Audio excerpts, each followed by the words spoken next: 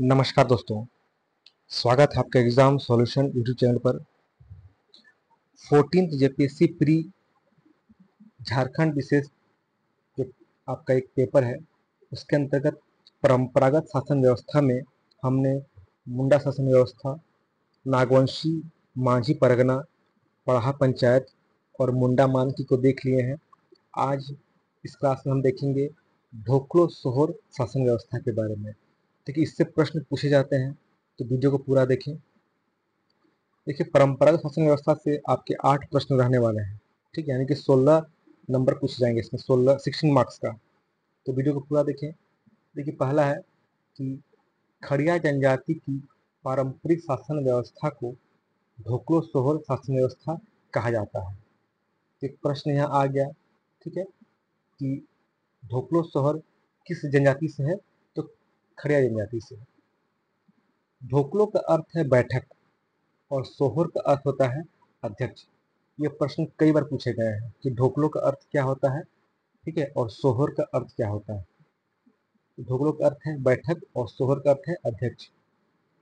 अगला है खड़िया जनजाति मुंडा समाज की एक शाखा है। खड़िया जनजाति के 3 प्रकार हैं, काफी इंपॉर्टेंट है, याद रखिएगा। दूध खड़िया, ढेलकी खड़िया और पहाड़ी खड़िया, ये 3 नाम याद रखिएगा, ठीक है।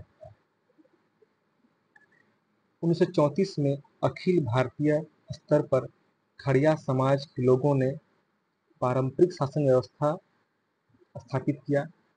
प्रत्येक वर्ष, ध्यान रखिए, प्रत्येक वर्ष में एक बार, मतलब प्रत्येक वर्ष ढोकलो आयोजित की जाती है, जिसमें हर एक गांव के महतो, करटाहा सभी भाग लेते हैं। आगे देखेंगे कि महतो और करटाहा क्या है।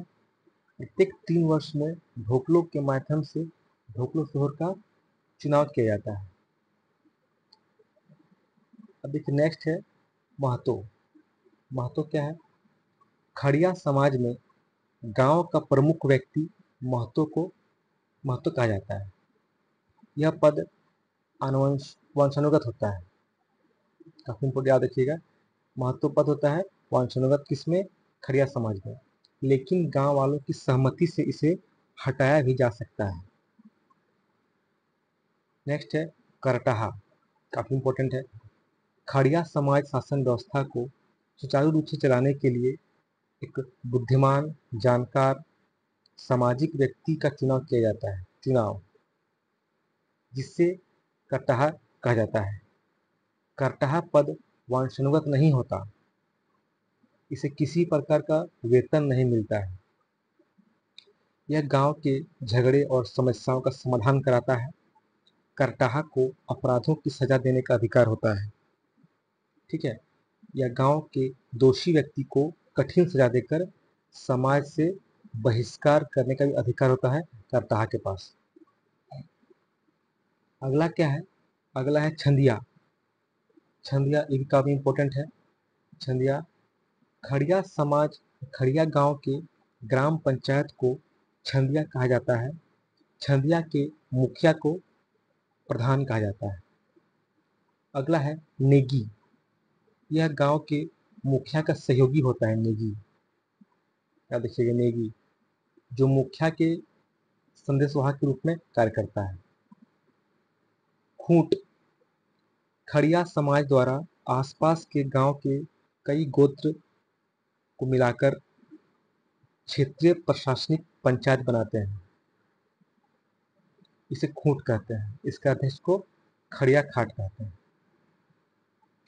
अगला है तिजोकड़। यह विभिन्न विभागों के कोष का हिसाब करता है, ठीक है, जस्ट लाइक खजांची जैसा।